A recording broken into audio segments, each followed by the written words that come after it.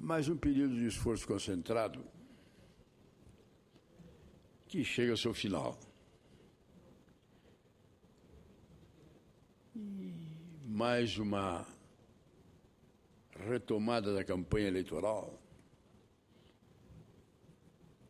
em nosso país. Tenho assistido e tenho convivido com o debate da eleição. E para um veterano que lá se vão 70 anos da primeira eleição, eu sinto que essa campanha se arrasta, se empurra, mas não tem o clima. Não vejo nenhum lado, nenhum partido, nenhum candidato com eufemismo, com alegria, com a pujança de uma campanha eleitoral. Não vejo o povo na rua vibrando. Parece mentira, mas assim como até o final da Copa do Mundo, a torcida que a gente esperava que iria à rua para torcer não foi. Até essa altura, pouco se fala sobre a eleição. E eu fico a me perguntar, qual é o clima, qual é o pensamento, qual a análise que o povo está fazendo dessa eleição que nós estamos atravessando? Com toda sinceridade, eu acho que o ambiente não é bom. A sessão de ontem, a sessão de hoje, o debate árido, duro, sobre as duas CPIs da Petrobras, as discussões que se travaram sem justificar absolutamente nada daquilo que se imagina, daquilo que se espera que fosse assumido pela CPI. A publicação da Veja e de vários jornais é algo absolutamente inédito. Olha, o CPI é uma instituição séria. O Congresso é um poder independente, harmônico com o Executivo e com o Legislativo, mas absolutamente independente. E dentro dessa independência do Congresso, chama a atenção a importância, o peso e o significado de uma comissão parlamentar de inquérito. Porque aí o Congresso, como se transforma num poder legislativo, vai fiscalizar, vai analisar e vai cobrar o que aconteceu lá no Poder Executivo. CPI é coisa séria. Era coisa séria. Até esses nossos 4 anos de parlamento. Era coisa séria. Que afastou um presidente da República que saiu desta casa democraticamente pelo voto daqueles que acharam que ele deveria sair. Era coisa séria com a comissão dos anões do orçamento que tirou dessa casa uma série de parlamentares por equívocos graves que eles cometeram. Era coisa séria quando fez, através de uma CPI, que o governo não quis deixar criar, mas foi criada por imposição do Supremo, apareceu o mensalão e a justiça determinou. Porque essa casa, na hora de criar uma CPI, se transformava num poder judiciário. Desaparecia o partido, O cidadão era um juiz que tinha que analisar, defender o seu partido, claro, fazer as hipóteses favoráveis ao seu partido, claro, mas na hora de votar, se a verdade era contra o seu partido, tem que votar com a verdade. E foi assim. Há 32 anos, as CPIs que eu participei nessa casa, era assim. Nessa legislatura, não é mais. Tivemos a CPI do Cachoeira, que foi um vexame dramático.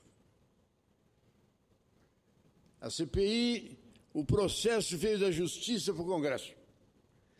Tudo pronto, tudo acabado, não tinha o que fazer. Os fatos estavam um embaixo do outro. Criada a CPI, oposição e situação se arreglaram, se acertaram e arquivaram a CPI. Não apresentou nada contra nada. Agora a Petrobras. O governo criou a CPI da Petrobras, deixou criá-la para não fazer nada. Mas não fazer nada... A primeira decisão, primeira reunião da CPI, acordo do governo e oposição. Não vamos convocar para a CPI os fornecedores da CPI. Mas se nós vamos examinar a CPI, a conta da CPI, a vida da CPI, como não vamos passar pelos fornecedores? É que fornecedores dá muita confusão. Fornecedor tem verba para cá, tem verba para lá, para esse partido, para aquele partido, vamos deixar de fora. E culminou agora. Culminou agora quando se vê que os membros do governo da CPI e os membros do governo lá da Petrobras fizeram um arreglo. Essa é a pergunta. Essa é a resposta. Essa é a pergunta. Essa é a resposta. Então, entrega as perguntas, entrega as respostas. Feita a pergunta, eu já tenho a resposta. Dizem até que houve um equívoco numa dessas perguntas e respostas, e quem respondeu a pergunta diferente. Não, mas não é essa, não foi isso que eu lhe perguntei. Ah, é verdade, essa é a próxima. E aí ela voltou atrás e respondeu a pergunta anterior. Esse é o clima que nós estamos vivendo.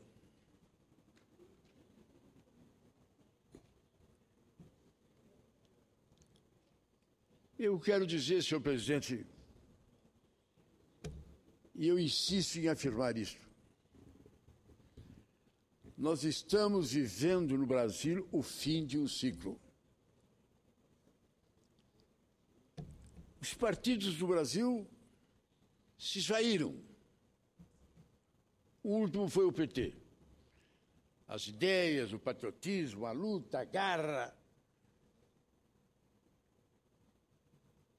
Você vai na Europa, você vai num país importante, a paixão pelo partido político é igual à paixão pelo clube de futebol. Vai ver lá em São Paulo se quem defende o Corinthians defende com a mesma garra que quem defende o MDB ou quem defende o PT. Os partidos se esvaziaram. O troca-troca, o toma lá da cá, que tem caracterizado a política brasileira nesses últimos anos, atingiu seu máximo. 33 partidos, 40 ministérios.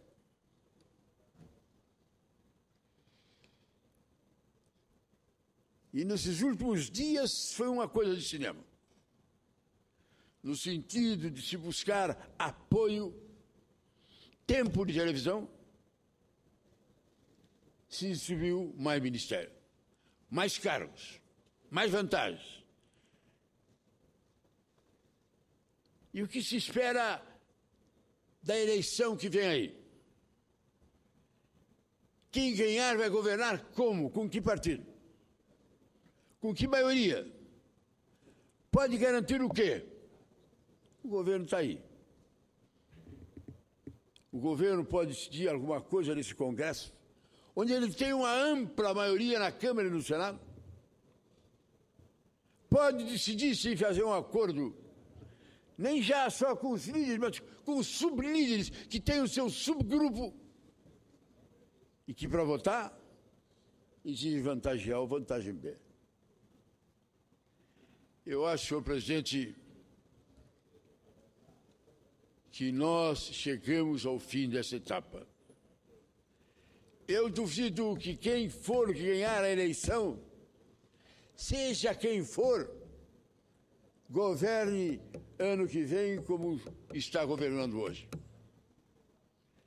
Não tem saída, senhor presidente. Eu acho que os partidos políticos, eu acho que os grandes candidatos, a presidenta, o companheiro Eduardo, o companheiro Aécio deviam reunir-se, deviam fazer um grande entendimento, devia ter um grande pacto em termos de como vamos governar a partir do ano que vem.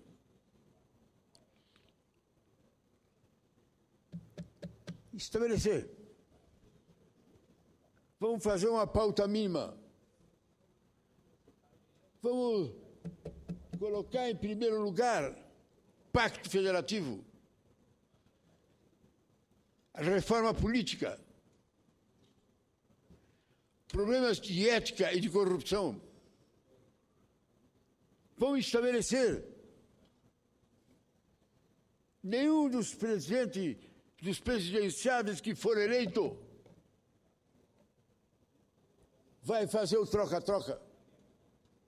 Vamos estabelecer que o candidato que for eleito vai governar com o povo brasileiro, vai escolher um ministério de pessoas notáveis, de capacidade, de competência, vai apresentar uma plataforma que seja realmente a objetiva, a completa, a necessária, a real, e vai governar com o povo.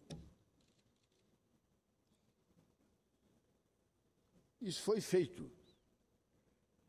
Foi feito nesse país há pouco tempo atrás.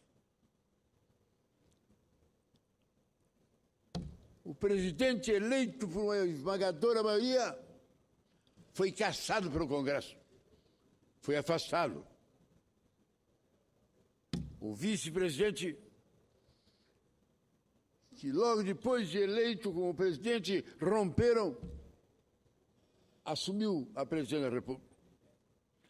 Assumiu sem poder nenhum, sem governo, sem partido, sem absolutamente nada.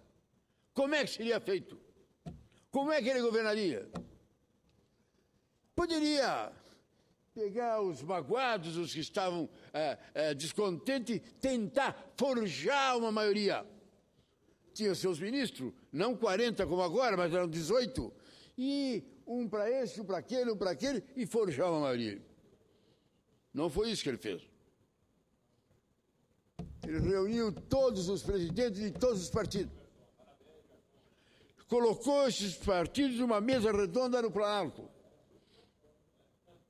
E disse: eu não estou aqui pelo povo. O que o povo escolheu, o Congresso afastou. Eu estou aqui porque, cassado o presidente, eu estou aqui. O Congresso é responsável. Como vamos governar? Em primeiro lugar, quero estabelecer um entendimento com a nação, aqui no Congresso. Acima de tudo, o interesse nacional. Crise nacional, qualquer presidente de um menor partido que seja, pede uma reunião que nem essa e ela será feita. E nós vamos analisá-la. E eu, presidente, quero ter o mesmo direito. Crise nacional, convoco os partidos para realizá-la. E escolher os ministros. Eu era líder do governo. Escolher os ministros sem dar nenhuma pretensão, nenhum favor, nenhuma vantagem. Olha, vocês aqui do Rio Grande do Sul, olha, vocês aí, parlamentares do PMDB ou do PT, vocês vêm, me apoiem e tem o ministério tal. Então, escolheu os ministros que ele achava os melhores. E fez um projeto, um plano que foi o plano real. O mais difícil, o mais complexo, o mais debatido, o mais analisado que passou por essa casa. E ele foi aprovado. Ninguém recebeu um copo d'água em troca. Ninguém recebeu um favor, um emprego. Nenhum deputado recebeu uma emenda ou coisa que o valha. Se debateu, se discutiu, se alterou, se modificou. O plano real foi um plano desta casa. Porque não houve medida provisória, não houve imposição, não houve correria, não houve atropelo, não houve ameaça. Os parlamentares mudaram quantas vezes quiserem. E saiu um grande projeto. Aprovado. E esse plano real está em vigor até hoje. Foi ele que consolidou o povo brasileiro. Foi ele que terminou com a inflação. Foi ele que buscou um desenvolvimento. E o país caminhou para dentro. Foi ele que estabeleceu um clima de seriedade dentro do nosso país. Foi uma pena que o seu sucessor, Fernando Henrique Cardoso, não tivesse seguido o mesmo caminho.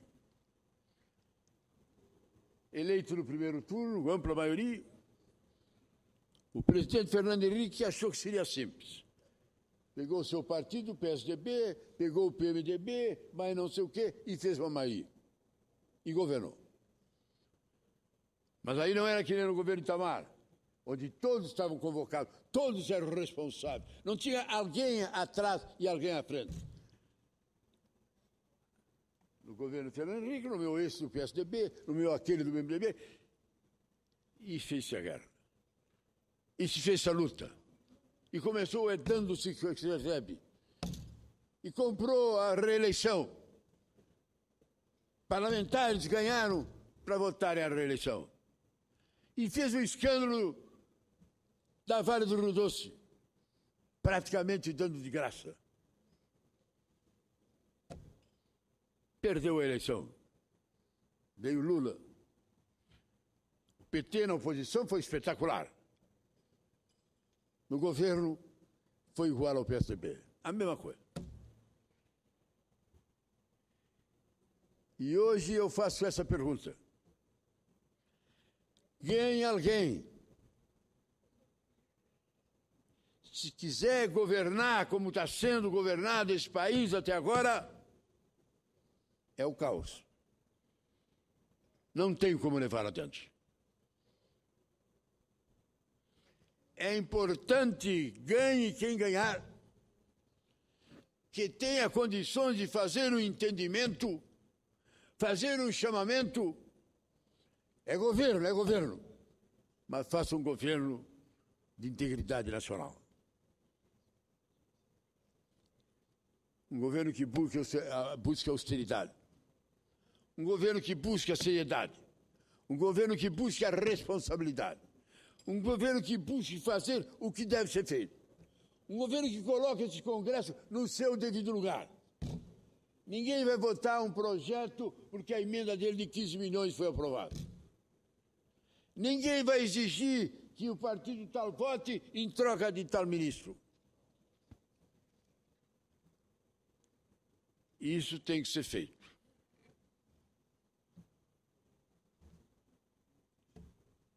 O ilustre candidato Eduardo Campos tem dito que, se eleito, fará isto.